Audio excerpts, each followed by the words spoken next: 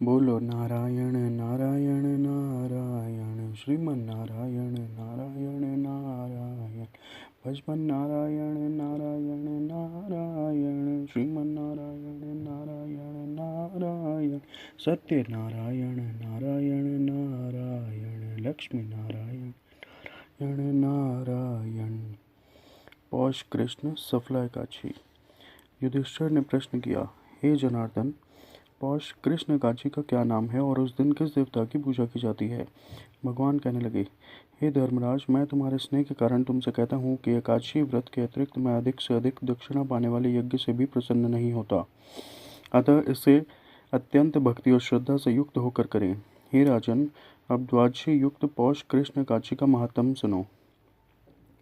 इस एकादशी का नाम सफला एकादशी है। इस एकादशी के देवता श्री नारायण हैं। विधि पूर्वक इस व्रत को करना चाहिए।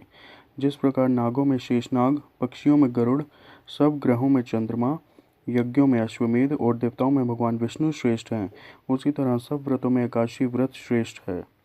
जो मनुष्य सदैव एकादशी का व्रत करते हैं वे मुझको परम प्रिय हैं।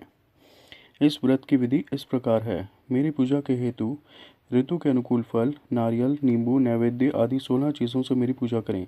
रात्रि को जागरण करें। इस एकादशी के व्रत के समान यज्ञ, तीर्थ, दान, तप तथा और कोई दूसरा व्रत नहीं है। 5000 वर्ष तप करने से जो फल मिलता है उससे भी अधिक सफला एकादशी का व्रत करने से मिलता है। हे राजन, अब आप इस एकादशी की कथा सुनिए। चंपावती नगरी में एक महिष्मान नाम का राजा राज्य करता था। उसके 4 पुत्र थे। उन सब में लुम्पक नाम वाला बड़ा राजपुत्र महापापी था।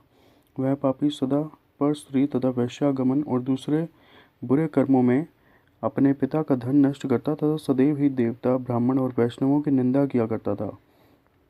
जब राजा को अपने बड़े पुत्र के ऐसे कुकर्मों का ज्ञान हुआ तो उसे अपने राज्य से निकाल दिया। तब वह विचारने लगा कि अब मैं किधर जाऊं, क्या करूं। अंत में उसने चोरी का कर्म करने का निश्चय किया। वह दिन को वन में रहता और रात्रि को अपने पिता की नगरी में चोरी करता तथा प्रजा को तंग करने और उन्हें मारने का कुकर्म भी करता। कुछ समय पश्चात सारी नगरी भयभीत हो गई। वह वन में रहकर पशु आदि मार कर खा जाता। जनता के लोग और राज्य कर्मचारी उसको इन कुकर्मों के कारण पकड़ कर भी राजा के भय से छोड़ देते। उसी वन में एक अत्यंत प्राचीन विशाल पीपल का वृक्ष था। उसी वृक्ष के नीचे वह महापापी लुम्पक रहा करता था। इस वन को लोग देवताओं का क्रीड़ा स्थल मानते थे। कुछ समय पश्चात पौष कृष्ण पक्ष की दशमी के दिन वह वस्त्रहीन होने से शीत के कारण सारी रात्रि सो नहीं सका और उसके हाथ पैर अकड़ गए। वह रात्रि उसने बड़ी कठिनाई से व्यतीत की और सूर्योदय होने से पूर्व मूर्छित हो गया।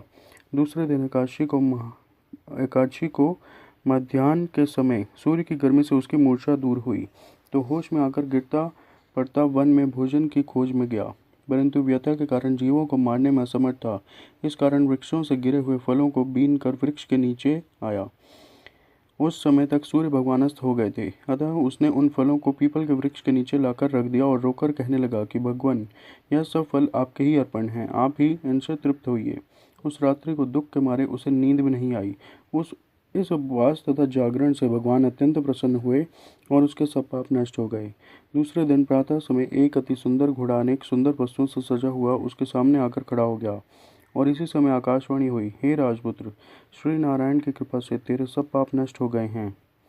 अब तू अपने पिता के पास जाकर राज्य प्राप्त कर। ऐसी आकाशवाणी सुनकर वह बड़ा प्रसन्न हुआ और दिव्य वस्त्र धारण करके, भगवान आपकी जय हो, ऐसा कहकर अपने पिता के पास गया। उसके पिता ने बड़ी प्रसन्नता से उसे समस्त राज्य भार सौंपकर वन को चला गया।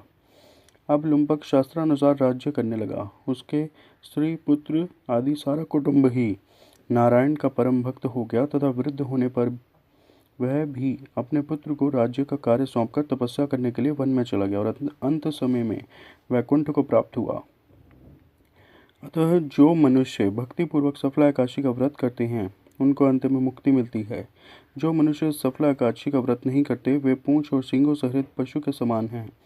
इस सफला एकादशी के महात्म्य के पढ़ने अथवा श्रवण करने से मनुष्य को अश्वमेध यज्ञ का फल प्राप्त होता है।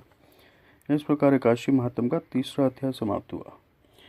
बोलिए नारायण नारायण नारायण, श्रीमन नारायण नारायण नारायण, भजमन नारायण नारायण नारायण, लक्ष्मी नारायण नारायण नारायण, सत्यनारायण नारायण नारायण, भजवन नारायण नारायण।